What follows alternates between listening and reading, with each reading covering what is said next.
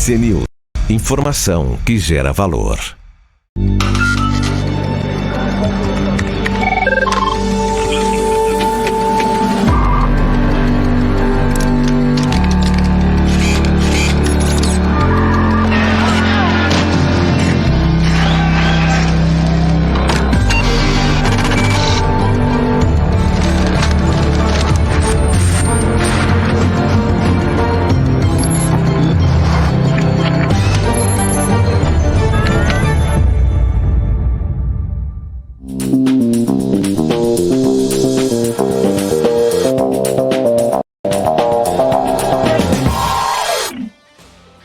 Fala pessoal, muito bom dia para você. Eu sou o Daniel Morales e este é o BMC Pre-Market.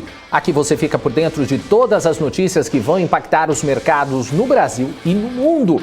Muita informação e análise para você fazer bons negócios ao longo desta terça-feira, 23 de novembro. E a terça-feira começa com os investidores de olho nas movimentações de volatilidade que a Bolsa Brasileira tem passado. Ontem o otimismo vinha forte durante o pregão, mas no meio da tarde o jogo virou. A Bolsa reduziu os ganhos até virar para o patamar negativo. Num cenário de incertezas, qualquer notícia importa e causa reflexos no mercado financeiro. A gente está falando sobre a revisão que o secretário do Tesouro fez sobre os precatórios. Ele acredita que a votação da PEC abra um espaço de mais de 106 bilhões de reais no orçamento. Antes, o cálculo dava pouco mais de 91 bilhões e com mais dinheiro, mais apetite ao gasto e mais incerteza sobre o uso desses recursos. Fora que também existe a possibilidade de tornar o Auxílio Brasil um programa permanente e reajustado todos os anos pela inflação. O presidente do Senado, Rodrigo Pacheco, disse que a PEC deve ser votada na Comissão de Constituição e Justiça do Senado ainda nesta semana. E na semana que vem, ela passa pelo plenário da Câmara. O foco está na celeridade de todo esse processo e se a proposta vai ter que voltar à Câmara com as modificações sugeridas pelos senadores. O secretário de Orçamento Federal já admitiu que a votação do orçamento do ano que vem pode atrasar e ser concluída apenas em 2022. Isso porque a PEC dos precatórios precisa ter uma definição antes de colocar o orçamento em pauta. Além de todo o olhar para a PEC, hoje também tem outro tipo de movimentação no Congresso. Agora, às 9 horas, o presidente da Petrobras, general Silvio Luna, vai ao Senado para explicar sobre a política de preços dos combustíveis. E às 9h30, o ministro Paulo Guedes tem uma audiência na Câmara para falar sobre aquele caso das offshores. Seguimos monitorando. Vamos ver como é que fechou a Bolsa ontem, depois de toda essa movimentação. A gente começa com a queda do Ibovespa, que fechou com 0,89% aos 102.122 pontos. Nas maiores altas, a gente tem aqui Vale com mais 5,55%, Bradespar com mais 4,45%, Usiminas 2,93% e Gerdau com mais 2,58%. Do lado de cá, a gente tem as quedas, as baixas. BID11 com menos 14,11%, BID4 menos 12,64%, Localweb fechou com menos 9,23%, e Melius fechou com menos 7,30%. A China autorizou novamente a importação de carnes do Brasil. Segundo a Administração Geral de Alfândegas do país, a retomada passa a valer a partir de hoje apenas para produtos que atendam às exigências. Esses produtos precisam de um certificado sanitário emitido antes de 4 de setembro. O retorno da importação acontece depois de 80 dias de suspensão, depois que foram identificados casos atípicos de vaca louca em produtos de frigoríficos do Mato Grosso e Minas Gerais. Agora o Marco Saravalli traz o tom do mercado nesta terça-feira. Muito bom dia para você, Marco. Olá, muito bom dia a todos acompanhando aqui as bolsas internacionais nesse começo de terça-feira. A gente tem a sinalização de uma leve queda, sem grandes oscilações, né? Talvez algo bastante morno próximo do 0 a 0 para as bolsas internacionais. Mas por aqui, né, voltamos a apresentar a grande volatilidade, né, entre altas e baixas no mesmo dia, né, grandes oscilações, algumas ações sofrendo bastante. Né, acho que o grande destaque negativo está ficando para as ações de tecnologia ou de crescimento, né? Um destaque, por exemplo, ontem negativo foram as ações tanto preferenciais como as units do Banco Inter, né? Mas outras empresas também de tecnologia e de crescimento sofrendo bastante, né? Uma preocupação muito grande de como essas companhias vão continuar crescendo nesse ambiente de crescimento econômico menor brasileiro e também inflacionário e de juros maiores. Isso traz um impacto nas taxas de crescimento futuras, trazendo dúvidas até para IPOs, né? Bastante dúvida em relação a esses cases principalmente. Tá? Lá fora a gente tem uma agenda de alguns indicadores importantes, indicadores principalmente de atividade, mas por aqui continua todo o foco na expectativa da CCJ para amanhã em relação à nossa PEC dos precatórios. Né? Continua trazendo incerteza e volatilidade por aqui no Brasil. Né? Ao mesmo tempo, a gente tem adicionado a toda a incerteza local, agora incertezas globais, né? A Turquia com uma forte incerteza local na Turquia, podendo contaminar os principais mercados emergentes. Ou seja, quando a gente sempre tem preocupações em mercados emergentes, a gente pode ver uma fuga, né, uma saída de recursos de todos os principais mercados emergentes migrando para os Estados Unidos. É por isso que a gente pode ver também o nosso real se desvalorizando. É importante acompanhar as notícias internacionais de nossos pares também, para entender um pouco o que acontece aqui no Brasil. Tá bom, pessoal? Então tenham todos uma ótima terça-feira. Em breve a gente volta para falar sobre o nosso gráfico do dia. Até mais. Tchau. Agora vamos aos destaques internacionais. Hoje é dia de agenda cheia de indicadores em todo o mundo. Vamos começar então com a Europa. Na Alemanha, o PMI composto avançou para 52,8 pontos no dado preliminar de novembro. O PMI de serviços também subiu para 53,4. Já o PMI de serviços recuou para 57,6. Mesmo com esse recuo, os dados vieram acima das expectativas dos analistas. No Reino Unido, o PMI composto deu uma leve recuada, chegando a 57,7 pontos. O PMI de serviços caiu para 58,6. Já o PMI industrial subiu a 58,2. O comunicado do dado destaca o avanço da inflação sobre os custos do setor privado. E na zona do euro, o relatório do PMI diz que houve melhora no crescimento da atividade, mas que ela veio com mais pressão inflacionária. O PMI composto avançou para 55,8. O PMI de serviços e o industrial também subiram, todos os dados acima da expectativa. E claro que lá na Europa, os novos casos de Covid e a possibilidade de endurecimento das restrições também mexem com os mercados. Vamos ver como é que as bolsas na Europa reagem, então, aos dados e ao cenário de restrições. A gente começa com o DAX na Alemanha, que opera em queda, 0,73%. CAC na França, queda também, 0,18%. FTSE no Reino Unido recua 0,13%. E o índice Eurostoxx também recua 0,79%. Hoje à noite saem os dados do PMI do Japão. Nas bolsas asiáticas, a terça-feira foi mista. Um destaque para o papel do Alibaba Group, que teve baixa de 3% em Hong Kong. A expectativa para o preço da ação foi reduzida por um banco com a perspectiva de que o quadro regulatório da China possa interferir fortemente no balanço da empresa. Vamos ver então como é que fecharam as bolsas por lá. A gente começa na China, a bolsa de Xangai fechou em alta, 0,20%. A bolsa do Japão ficou fechada por conta de feriado. E em Hong Kong, o índice Hang Seng terminou com queda de 1,20%. E fechando o quadro de PMI, o dado dos Estados Unidos sai agora às 11h45 da manhã. Nós vamos trazer essa informação assim que sair durante a programação. Outra questão que está repercutindo nos Estados Unidos é o petróleo. O presidente Joe Biden já pensa em liberar as reservas estratégicas de petróleo para reduzir o preço da commodity, que tem sofrido bastante com a inflação. Alguns congressistas vão além. Pede que o presidente também proíba a exportação do petróleo extraído no país. Vamos ver como é que estão os futuros agora lá nos Estados Unidos e a gente começa com Dow Jones. Dow Jones que agora está em uma pequena alta, 0,04%, agora 0,3%. O S&P 500 opera já próximo da estabilidade, mas com queda, agora 0,03%. E a Nasdaq agora opera em queda de 0,11%. Agora o Marco Saravalli traz o gráfico do dia com a concentração das maiores empresas do S&P 500. Conta pra gente, Marco.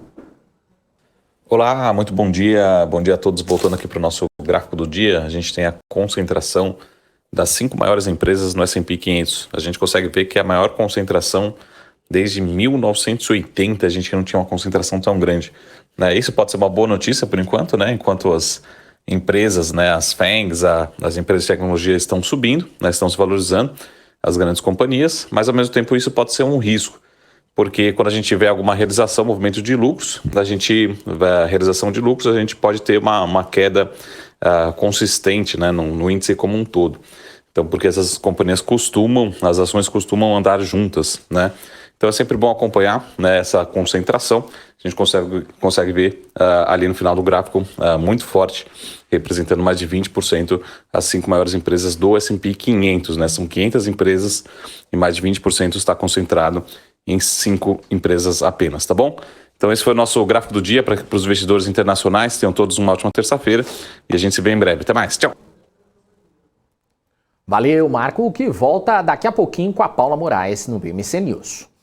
A Samsung Electronics pode construir uma fábrica de microchips no Texas. Segundo o Dow Jones, o empreendimento custaria cerca de 17 bilhões de dólares para a empresa sul-coreana. O negócio pode ser confirmado ainda hoje. A nova fábrica geraria mais de 1.800 empregos e teria incentivos tributários para começar a funcionar. A produção de chips, no entanto, deve começar apenas em 2024. Vamos aos destaques corporativos. O fundo criado pelo Itaú para investir em novas gestoras acabou e fazer seu segundo investimento. A Rising Stars aportou 100 milhões de reais na Ace Capital. Segundo o Brasil Journal, o investimento vai ser feito por meio de um fundo multimercado da gestora. A transação também contém um acordo de sharing, quando a gestora deve pagar uma parte da receita ao fundo do Itaú. A Qualicorp anunciou agora há pouco uma parceria com o grupo Orthopride, que é a maior rede de clínicas em ortodontia e estética dental do Brasil. A Qualicorp vai instalar quiosques dentro das lojas da empresa para comercializar seus produtos. O negócio, segundo a Qualicorp, reforça a estratégia de transformação da empresa em plataforma multicanal e pode ser o primeiro passo para novas iniciativas em conjunto. A Petrobras informou que vai fazer na próxima quinta-feira a apresentação do plano estratégico. A diretoria da estatal vai mostrar o planejamento da companhia para o período de 2022 a 2026. Dentre os principais pontos esperados pelos investidores está a definição de investimentos com foco nas atividades de exploração e produção. A Vibra Energia integralizou 50% das debêntures conversíveis em ações ordinárias da Comerc Energia no valor de R$1 bilhão. Até 28 de fevereiro do ano que vem, essas debêntures podem ser convertidas em ações que representam 30% do capital social da Comerc. A subscrição das ações da empresa aconteceu em outubro, quando a Vibra fechou o contrato de aquisição de até metade da Comerc Energia. Segundo a Vibra, o negócio é mais um passo no reposicionamento para se tornar uma empresa de energia. O Conselho de Administração da Domo Energia aprovou o aumento de capital por meio da emissão de 199 milhões de novas ações. Com isso, o capital da empresa passa de 457 milhões para 597 milhões de reais. Segundo a empresa, os acionistas terão preferência no aumento do capital. A Afya registrou lucro líquido de 116,8 milhões de reais no terceiro trimestre, um aumento de 1,2% sobre o mesmo período do ano passado. O grupo educacional brasileiro, que é listado na Nasdaq, registrou o EBITDA de 191 milhões de reais, um aumento de 28% no ano contra ano. Já a receita cresceu 16% sobre 2020. Segundo a AFIA, isso aconteceu por causa do amadurecimento das vagas médicas, aumento do ticket médio, ampliação dos serviços digitais e consolidação das aquisições. O Grupo Mateus divulgou o balanço de inauguração de lojas em outubro. Foram 4 novas lojas Eletro nos estados do Maranhão e do Piauí. Com as inaugurações, o Grupo Mateus fechou o mês de outubro com 193 lojas em operação, sendo 57 de varejo, 40 de atacarejo e 96 de eletro. E agora é hora de falar com o Gustavo Almeida, o Guga. Muito bom dia para você, Guga. Seja bem-vindo ao BMC Pre-Market. Daniel, bom dia, pessoal.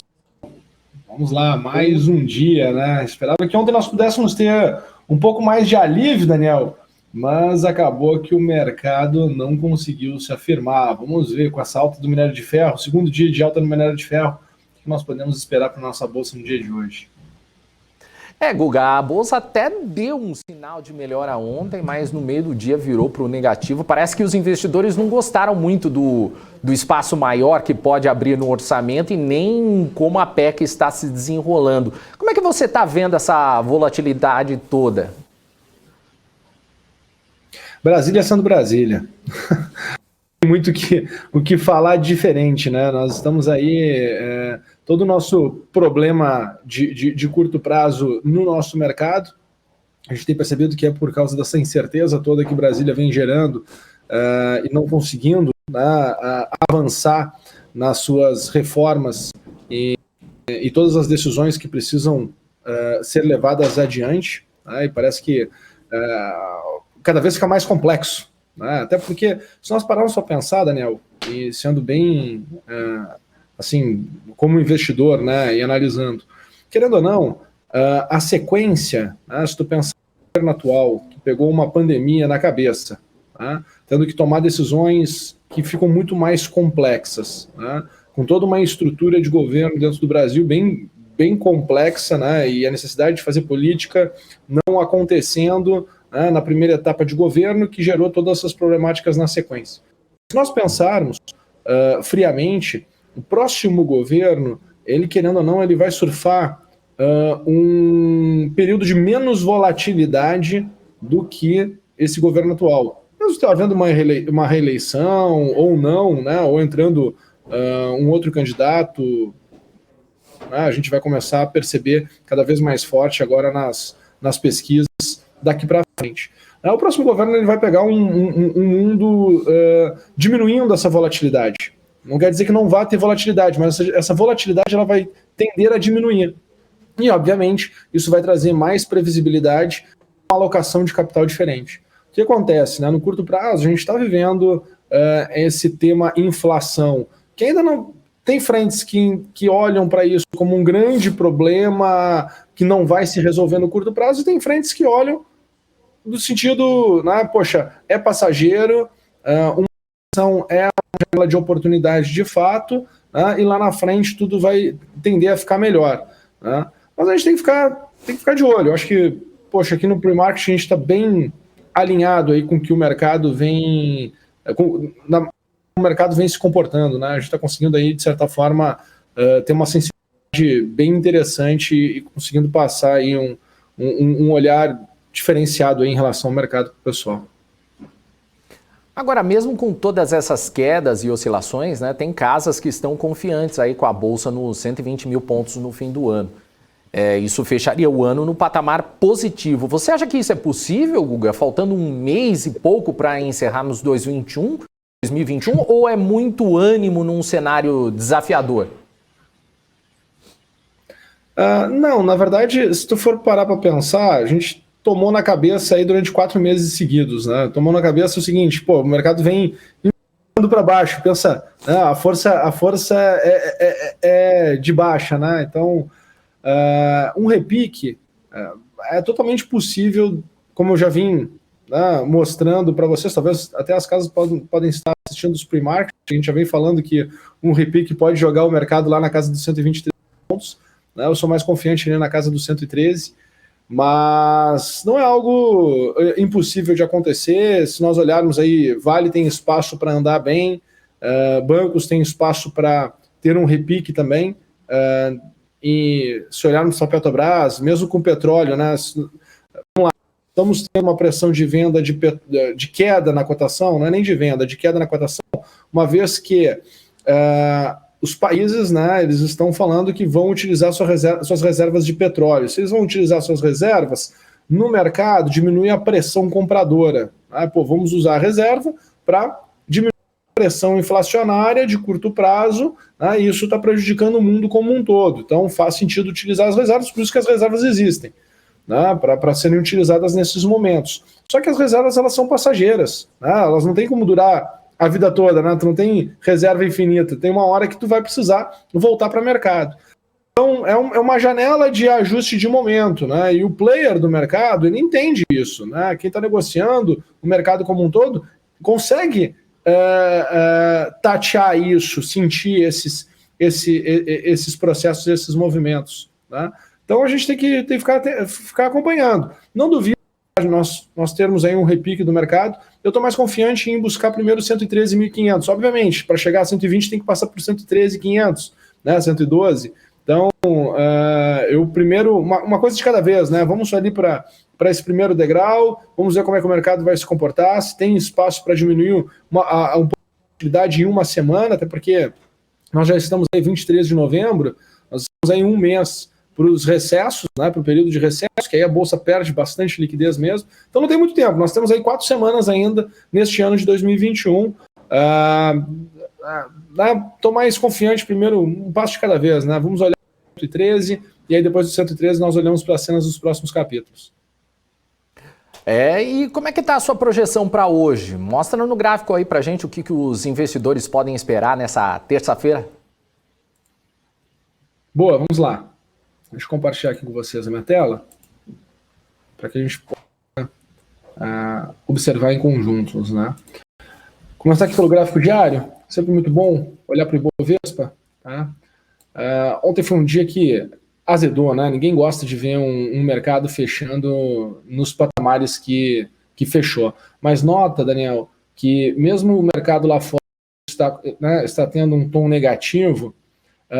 Nota que nós já estamos aqui com um movimento já positivo, muito estimulado pela alta do minério de ferro, né? O minério de ferro subiu 7%, ontem também tinha subido em torno de 7%, nós vimos aí a Vale respondendo, né, com uma alta que chegou a estar também na região dos 7%. Tá? Então provavelmente hoje Vale puxa o mercado para cima de novo.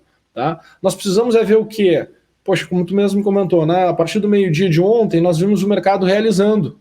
E eu venho falando, né, que o investidor institucional, né, principalmente no mercado, que está sofrendo muito resgate e está invertendo sua posição de renda variável para renda fixa, esse cara está pegando a parte da tarde e está zerando suas posições. Está gerando um movimento de realização dessas posições, tendo que resgatar mesmo para devolver para investidor. Existe esse movimento no mercado. Então, vimos o mercado sofrer, estamos ainda nessa região acima dos 101.500 pontos, então estou ainda com com as mangas aqui levantadas aqui, procurando o time de compra, procurando um gatilho de compra para poder negociar. Eu acredito que a gente tem espaço para essa recuperação, aqui para esses 113.500 pontos e depois para 123. Tá? Então, enxergo essa possibilidade, tá? Enxergo esse movimento, está mapeado. Agora, né, se as coisas continuarem azedando, o próximo degrau é 96.500 pontos. Tá? Tomara que tenha um repique. Tá? Tomara que tenha um repique. Estou esperando que isso aconteça. Agora, no curto prazo, né, no intradiário, no para hoje, tá? Nota aqui que interessante. Nós tivemos aqui toda essa movimentação, nota que tivemos todo o movimento de baixa. Quando chegamos aqui no patamar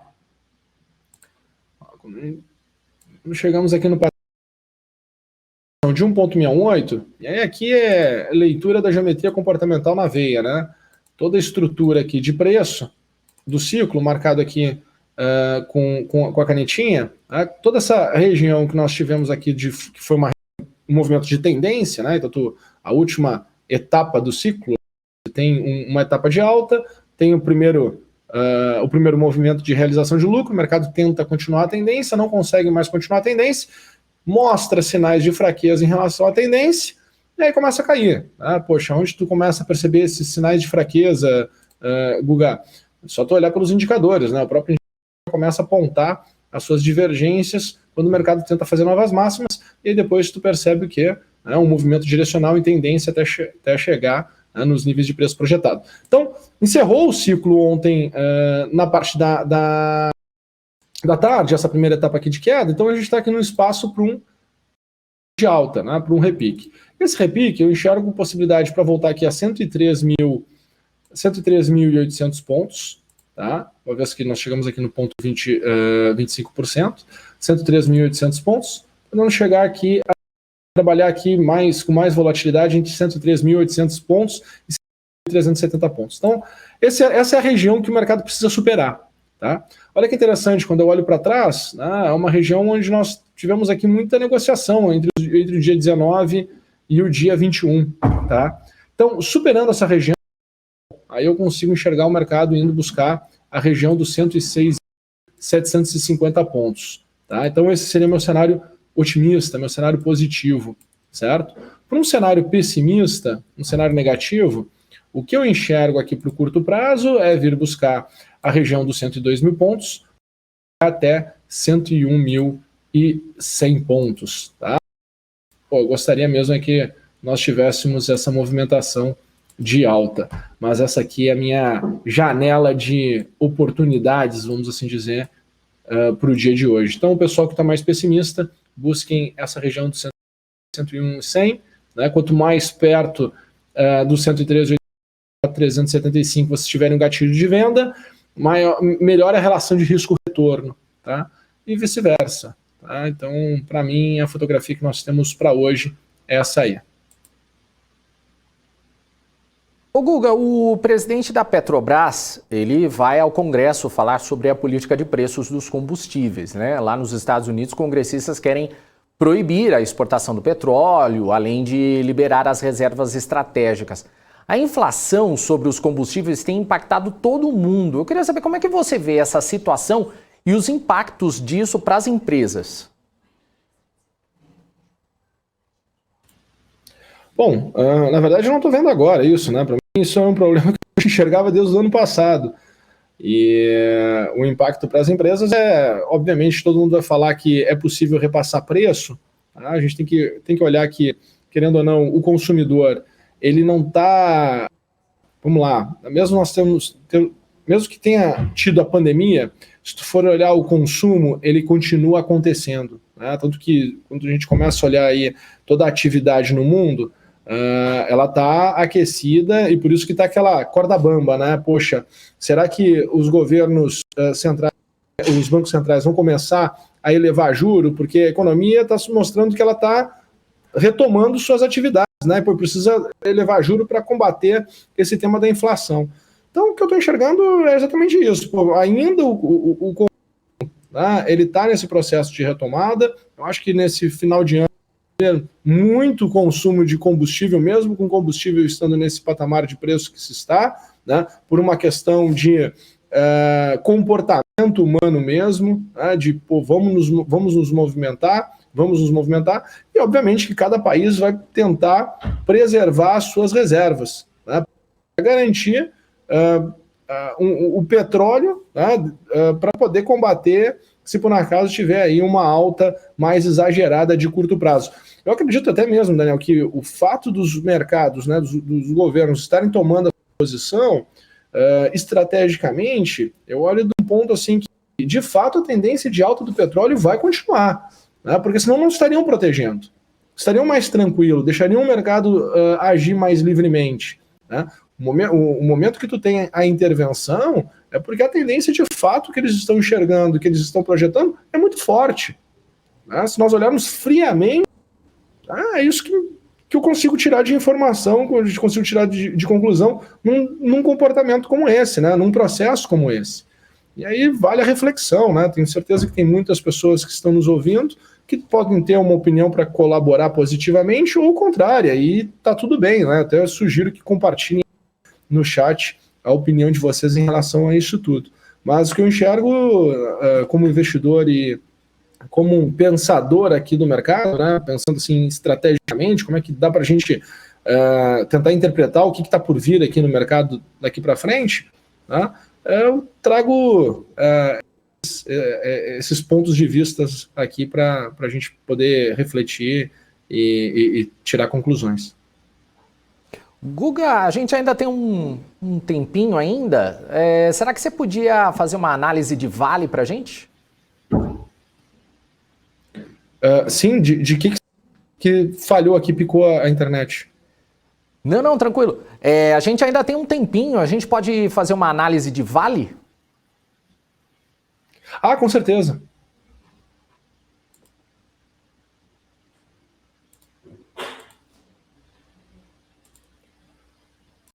Que Vale. O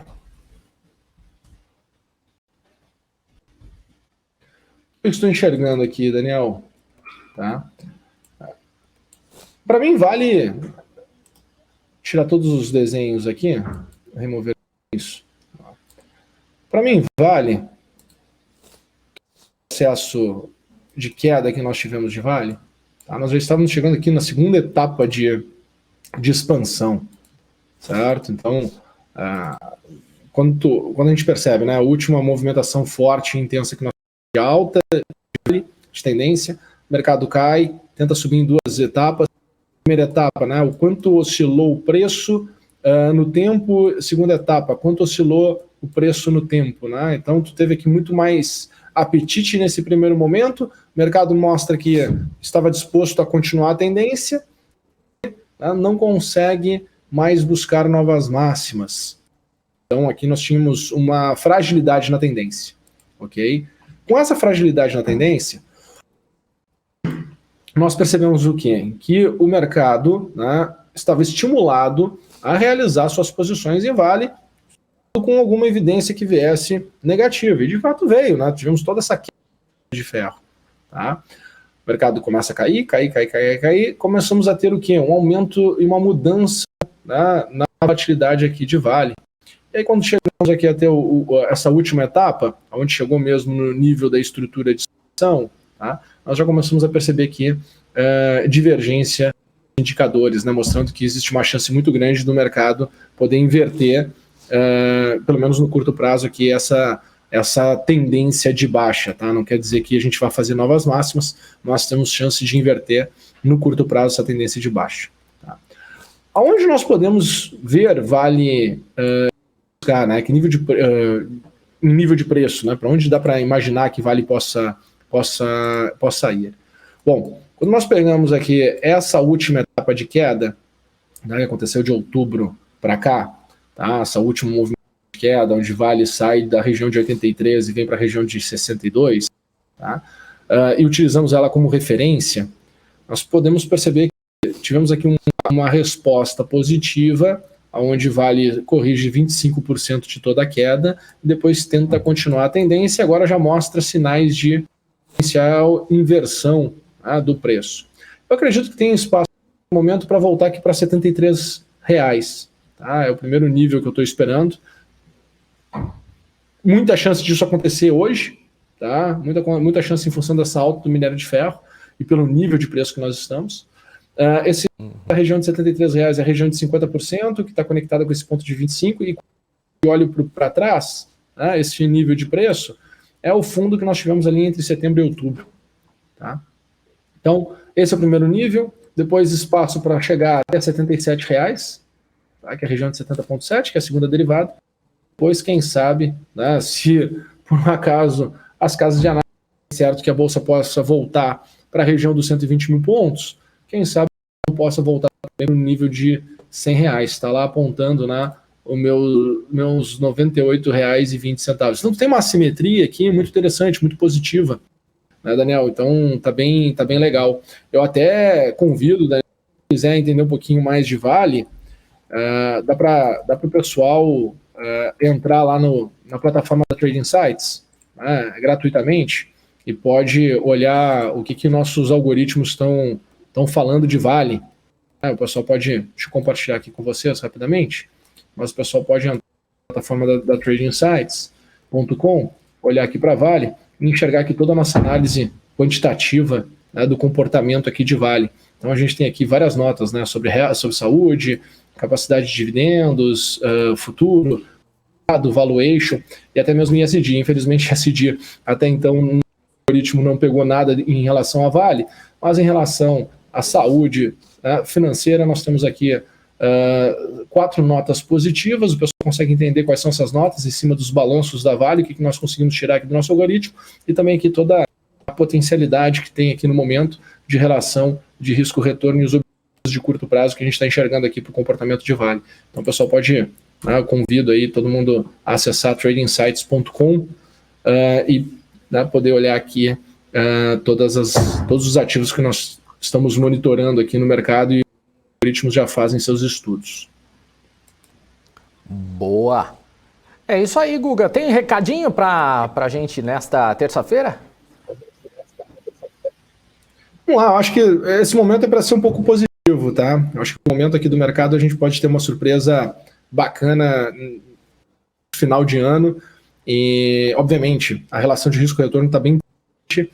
O stop está curto, né? O que é o stop? Se por acaso as coisas não se desenvolverem, dá para zerar a posição, dá para ter uma exposição, vamos lá, investidor que também está invertendo sua posição, está saindo de renda variável, vindo transferindo para renda fixa em função pode expor, né, o financeiro, vamos lá, que tinha posicionado em bolsa, dá para também expor em derivativos, então está com um capital alocado em renda variável e mesmo assim, em renda fixa, e mesmo assim tem uma exposição de renda variável para pegar o upside do mercado, sem precisar estar com o capital em bolsa, enfim, né?